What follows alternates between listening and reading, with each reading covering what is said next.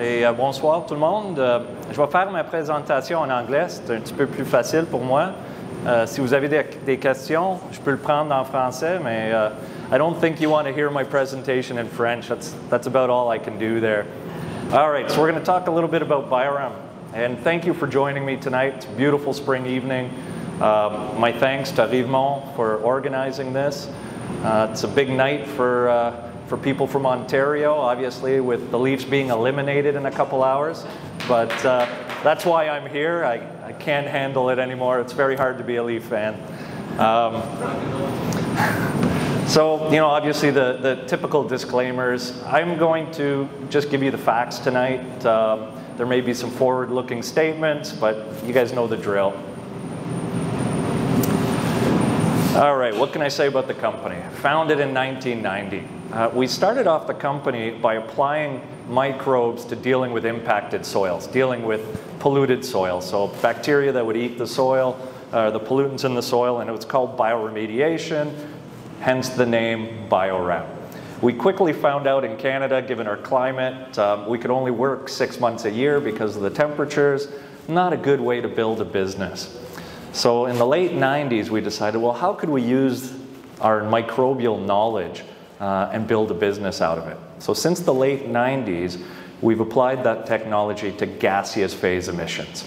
So in layman's terms, we're an air pollution control company these days, and we've been doing that since the late 90s. Headquarters in Guelph, Ontario. We've got offices in New York and Atlanta, and I've got 3 operating companies in China, which is a kind of separate story. We'll get into that a little later today.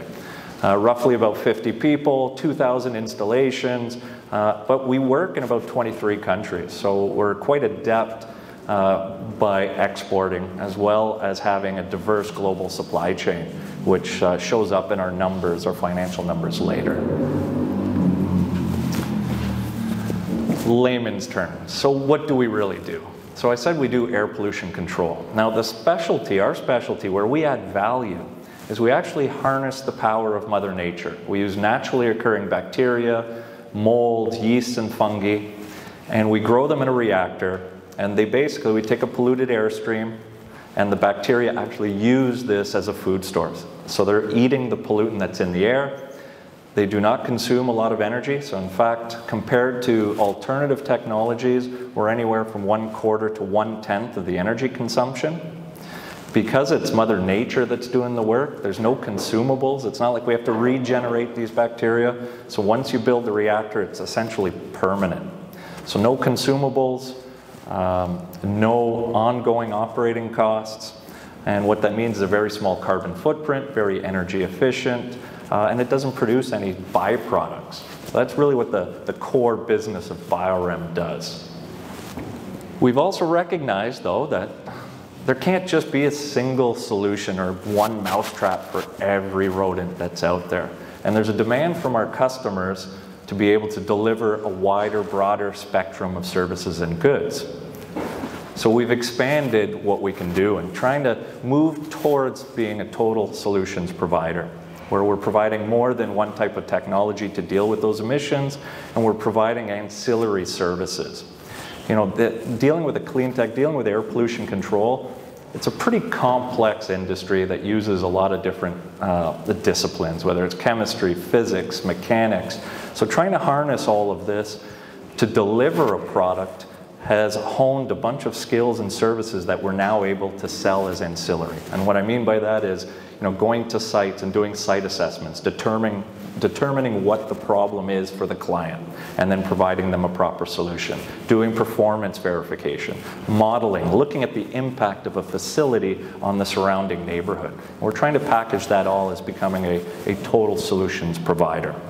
So the company's migrating towards that. Where do we sell? So that's a very good question. As you can see on the slide behind me, there's a lot of government-related infrastructure buckets that we're in. So whether it's water, wastewater, solid waste, recycling, all of those critical infrastructure elements are potential customers for us. And that's particularly interesting and sets us apart from being your typical clean tech company, because about 70 to 80% of our revenue comes from critical infrastructure. Now, why do you care as an investor? Well, CleanTech capital equipment business goes ups and downs, right? Very high peaks, very low valleys. Infrastructure projects are safe projects to invest in. What happened after 9/11 or the financial crisis, or more recently after COVID? You see trillions of dollars get poured into infrastructure. Infrastructure projects, the budgets are set years in advance, so it's essentially recession-proof. Right? What that does for a manager of a company is it gives me visibility on what the potential sales pool is, but it also gives me visibility on what my next quarter, my next 12 months, my next 2 years of business is going to look like. So while we are a clean tech company, relying on such a large proportion of our revenues coming from critical infrastructure gives us a nice visibility profile to the company. And then there's the last bucket that's on the slide behind me is really looking at the industrial segment. So within the industrial segment, we are all over the place, from food and beverage, whether that's coffee roasting, whether it's juice manufacturing. We get into pet food. We've gone into semiconductors, pharmaceutical, petrochemical, so dealing with Coca-Cola, dealing with Petrobras or Sinopec, Saudi Aramco, Pepsi and Frito-Lay, just some of these Fortune 500 companies that are our customers, and they tend to bring us across the world with them. Gave you a really quick high-level snapshot on the company. I could spend the whole time talking just technology with my engineering background, but I just want to give you a quick snapshot. So let's look at the numbers. If we look at Biorem, typically a $25 to $29 million company in annual revenues. If you look at last year, it was a particular high note, hitting 29 million. Our EBITDA is hovering around the 2 to 3 million. Last year coming in just below 3 million. Realistically, that would have come in closer to 4.5, 5 million. There was a number of one-time expenses that came through. So this is an established company. We deal with maybe 70 to 100 projects a year. And our average project size ranges between $50,000 and $6 million, which was our largest to date. Now, those projects tend to be growing over the last several years, so our average is probably around $350,000 to $400,000 a project. So it kind of gives you an idea of the scope of the company we have. All right, from a shareholder base, currently we have about 15.5 million outstanding shares. I think the 52-week low is 66 cents with a high of $1.10. So it's a pretty small shareholder base, primarily due to a substantial share repurchase plan that we did about a year ago, where we utilized our capital reserves to actually buy back 60% of the shares from strategic investors overseas. So it kind of gives you a bit of an idea of what that looks like. Those little colored lines at the bottom are really showing you the volume. So fairly closely held stock, which is one of the reasons why I'm here this evening to talk about the great stuff we're doing. Talking about small things, our board right now is pretty small and nimble. There's a reason for that. So our chair is actually a gentleman by the name of Bill White, retired president of DuPont.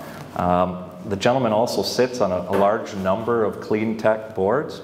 So what he brings to the table is his industry knowledge of M&As, having done a lot of work in Europe, and certainly one of the areas we're looking at. So having that knowledge on board has been very positive. You'll also notice, obviously, myself being on the board, and then Alex Gill. What he brings to the table here is a legacy of working with government. And for anyone that's familiar with the clean tech space, no one does anything for the environment voluntarily. It has to be regulated and it has to be enforced. It's the only way things get done. So lobbying for the regulations to be put in place to drive the growth of your sector or your company is critical, and Alex helps us out there. We're looking to grow the board, but that's part of our growth strategy, and really leaving room on the board right now to bring the right candidates in as we pursue several growth strategies. So just a quick snapshot on the board for you as well. So we've talked about the company. We've talked a little bit about who our customers are and where we play. We talked a little bit about the numbers. So this next few slides is really going to focus more on what is the growth opportunity for Biorem. So what you see here is a map of the world with rough numbers of our installations. I think this was done last year, so we're probably off by about 100 installations right now. But I think what I'd like you to take back from this slide is the vast majority of our success has been in North America. Makes sense, right? Heavily regulated, fairly dense urban environment. The regulations are enforced. And there's some ups and downs depending whether it's the Republicans and the Democrats in the US, right? But for the most part, things are heavily regulated and it drives that demand. What you do also notice though is we've got an install base pretty well on every continent, and that sets the foundation for further growth. So as countries become more affluent and they start to get a middle class, you know, the priorities are, first thing you need to do is feed your family, put a roof on your head, then you get clean water, then you get clean air. Right? It's a natural progression. This happens everywhere. And we've been through it even in Canada. And we still have a lot more room to progress here as well. What this does is that everywhere that you start to get an affluent middle class, you start to get demand for higher quality air and water, which drives our business. So there's still a lot of room to grow from that perspective. Let's talk about some of the other drivers. We're actually at a very unique convergence of market factors that look quite positive for companies like Biorem. So one of the ones is we've talked a little bit about the infrastructure play. Well, if we look in the US, we've got trillions of dollars in Biden's infrastructure plan. Well, we should call it the bipartisan infrastructure plan. But we've also got the Inflation Reduction Act. And so you've got trillions of dollars that are being spent in areas of the US that have typically been underfunded for the last 10 years. So as that infrastructure goes in, there's a need for Biorem's technologies. Closer to home, and this one is very important because it's going to drive demand for Biorem's technologies for the next 5 to 10 years. Last year, we hit a new milestone with just over 1 million new immigrants brought into the country. Trudeau's government has an extremely aggressive plan to continue the growth of immigration for the next several years. Okay? Every new arrival to this country needs a home, and every single one of those homes needs water, needs sewage, and needs somewhere to take that waste from. So for the foreseeable future, we're going to see a massive investment in infrastructure to deal with the incoming immigrants. Very important. This drives demand. Most of our business comes from that sector. Okay? Furthermore, if I look around the country, and this is one of the provinces and some of the eastern provinces, Atlantic provinces, as well as on the west coast in British Columbia, you know, I'm ashamed to say this as a Canadian, but we still pump a lot of raw, untreated sewage directly into our natural water bodies. So even without immigration, over the next 10 to 20 years, there's going to be a massive investment in infrastructure to deal with the quality of that water being discharged. Once again, creating demand for our products. As I look at other drivers, we look at the continued expansion of residential areas, getting closer to industry, getting closer to infrastructure. Anytime you put home next to a rendering plant, put a home next to a paint plant, put a home next to a compost facility, as I'm sure you guys are aware of all of the controversy over the compost plant and the AD facility here in Montreal, all of these things drive a need for better emissions control.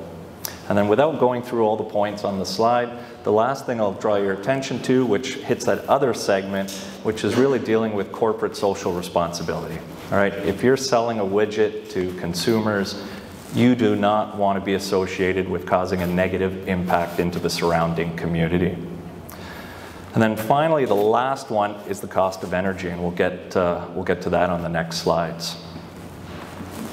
Another opportunity for growth here for Biorem. So you understand, and we started off the presentation talking about, you know, our core business is biological systems. So if you look at the graph here, it's really looking at the size of the opportunity in North America. You know, roughly at $1.5 billion a year right now for all of the air pollution control technologies that are out there. The distribution of that is roughly 30% can be achieved with biological technologies, 30% can be achieved with chemical technologies, and 40% with physical technologies. So historically, we've only really operated in the biological sphere. Last year, we developed a full range of new products called dry scrubbers, which are an example of a physical technology. Think of it as a sponge, and it just soaks the air pollution out of the air. When the sponge gets filled, you throw it out. Now, what's great about that business is there's a replaceable, there's a consumable, which should turn into recurring revenue at some point in the future. So to show how that's kind of translating into hard numbers, last year we introduced the product line to Canada and to New York State, and 9 million of our 38 million of bookings last year were for the new products. Slightly skewed because City of Toronto bought one for 5.5 million, but it just gives you an idea of the market acceptance. So to translate this another way, it's looking at, rather than trying to get a bigger piece of one pie, what we're trying to do is get multiple pies to operate in. And the first part of our strategy is expand into physical, and then the second part of the strategy is then go into chemical. So a multi-pronged plan as we grow. But just to kind of show you the numbers that we're talking about, and you'll also notice that in North America as well as Europe and the world, this is a segment that continues to grow. These next slides, I won't get into all the details. The presentation's really meant to provide a lot of extra numbers to kind of back up some of the comments I'm making. But what I wanted to kind of draw your attention to, which is when I say there's a convergence of all these factors that are creating demand. Our friend Putin and his little vacation in the Ukraine has actually created a situation around energy, right? Europe is looking at diversification. People see it as a geopolitical tool. And there's a renewed demand to look at other sources of energy. One of those big sources of energy is biomethane, right? The anaerobic decomposition of organic material, create methane, purify that methane, and you can either burn it to create electricity and heat, or what increasingly is occurring, you're refining that polluted gas and you're turning it into natural gas that can be used to heat homes, that can be used in vehicles, right? So what that is doing is creating this massive demand for renewable energy. We're seeing it obviously in Canada. We're far ahead of the Americans, but on the West Coast there's a renewed demand. And Europe has actually put forward some plans to look at creating the equivalent amount of gas that would require 1,000 plants in the next 10 years, which is a very hairy goal, big objective to try to achieve.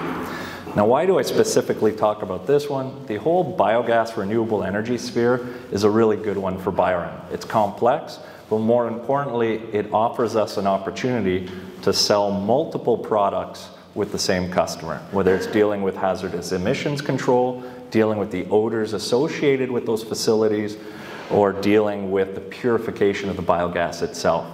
So it's an area that we've got a lot of specialty in, and one that typically these jobs are the $3 to $5 to $6 million. In fact, we're currently in negotiations for what could be a $10+ million project right now. So tend to be much larger, much more complex. So I've given you all the background on the company, talked about some of those convergent factors that are driving growth. Well, what are we doing about it, and what is management's plan about it?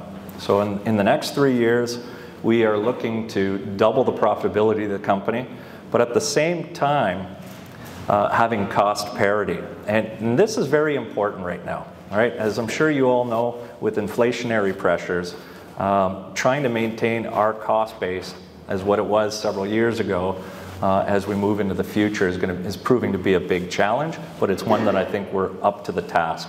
And certainly if you look at the details of our financial statements over the last few years, you won't notice the inflationary pressure because of some of the tools we've been employing. That's particularly important to know because so much of our our delivered cost is related to energy, resin, plastics, and steel, or cement. So with a variety of tools, we've been able to maintain the costs and maintain our profitability without that pressure. So key factor there. And then obviously debt retirement. That share repurchase was primarily done with our capital reserved, but we did take a small amount as long-term debt, and I'd like to get that off within this 3-year period as well. Big focus on organic, and I'll get into that in a second, you know, just growing what we do. But the time scales of growing organically are not really conducive to creating shareholder value very quickly.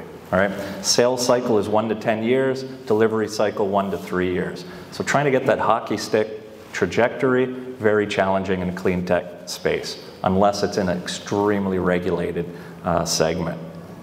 So looking at a merger and acquisition strategy that will help us to achieve our growth goals and also get into a much broader spectrum of services that we can apply. Our strategy right now, we've looked at over 200 companies in the last 18 months, but we're really focusing on having companies that either have a complementary technology, additional customers, or further geographic coverage. Now, Doug Newman, my CFO, and myself, we tend to be very fiscally conservative, and so our criteria moving forward with an M&A is it has to be accretive right out of the gate, and that's easier said than done. So after looking at a vast number of companies, both here and in Europe and in the US, you know, we've narrowed it down to a pool, and we do have a handful of candidates that we're fairly advanced on. But certainly both elements, the inorganic and organic, are both critical for our growth strategy. On the organic side, you know, I won't get into every point here, and I think I've covered it earlier. We dominate in the biological side, one of the larger players there. Now it's about getting into the physical with the dry scrubbers as we position ourselves to get into that other area on chemical. And I'm quite happy to report that just last week we sold our first chemical system, standalone chemical system as well. So kind of dipping our toes in the water while we're fully rolling out our dry scrubber line. I had said earlier on that last year was Canada and New York. Well, as of today, we've expanded into 9 other states in the US, and hopefully by the end of the year, by December, I should have full coverage in the US and probably a few other countries overseas. Other than that, the next big area for our potential organic growth is really in the service group. You know, typically we're a capital equipment sales, but as I said earlier, this is a lumpy business, so trying to find a foundation of revenue and profits to really smooth out those peaks and valleys. And that's really the recurring revenues, the consumables that we talked about, the dry scrubbers, replacement parts, providing those engineering services. And this is something we've been spending a lot of time on. Just a few years ago, our service revenues were about $150,000 to $300,000 per year. Last year, we hit a peak of $5–6 million on service. Now, that was skewed with a nice $3 million order, which was a replacement of some components from 20 years ago. But when we look at our install base, we have, you know, well over 400 or 500 installations that are aging, and that, you know, when I think the math I did, it was about 60–70 million of potential service work just on those. So big focus, expanding the technologies that we have and the services that we're able to produce. That really sums up the presentation. I've tried to put as much in a small period of time. Certainly I'd like to open up the floor to any questions that anyone might have about Biorem and the market. How many shares issue again? About 15.5. Yeah, stock was showed 38. 38. I'm not sure why that does that. There's a few of them that still have the old. We bought back 23 million of those. Means your market cap is 15. Yeah, we're hovering just over 16 million right now. And your project are all custom-made projects? Not necessarily. I prefer the custom. They tend to be larger. You know, some of our systems are the size of hockey arenas, so very large, so they're custom field erected. But we also have several dozen pre-packaged units that are more or less plug and play. You know, ship a small modular unit to site, connect power and water and wastewater. Your last quarter, your gross margin were near 50% and your gross margin fluctuate a lot. How come that's come to? So that's a reflection of the product mix. You know, one of the things, you know, I talked about the benefits of being an infrastructure kind of company. The problem with that is we don't have control over the delivery schedule. All right. So if the plant's not built, there's not a road to drive in on, I can't deliver. So what that does is it gives me fluctuations in the products that I have and when they deliver to site. Some products have lower margins. You know, the smaller systems that are just off-the-shelf package units, it's more of a commodity. We can't get, there's too much competition to get a higher margin. So if you have a one quarter where a bunch of those ship at once, you get a drop. But if you want to look at the trends, I'd say look at how our direct material cost trends have changed over the years, and I think that gives you an idea of whether our margins are eroding from poor management decisions or other factors, or if it's really just a product mix thing. Is there any carbon credit can be attached to your? Theoretically, yes, but writing a protocol is not easy probably. Correct, and you would have to aggregate. Yeah. So a lot of the systems, while we do have a significant reduction, the actual reduction, because of the project, the emission is so small, you would actually have to aggregate multiple plants to try to do that, which adds another layer of complexity. Yes. It's a challenge. Are you competing the wet scrubber industry, or? Yeah, so that would be on the chemical side. So yes, both biological and physical technologies would directly compete with wet scrubbers for certain applications. Okay. Are your system is good to, let's say, catch SO2? No. For sulfur dioxide, that's where you would be using chemicals. Yeah, but I was curious to know. Yeah, so in that case we would not, but you know, other compounds like hydrogen sulfide, ammonia, those types of things, you know, it's a cost benefit. CapEx versus OpEx and trying to sell the benefits. Yeah, we typically, while we focus on air pollution, we typically stay away from combustion and stacks.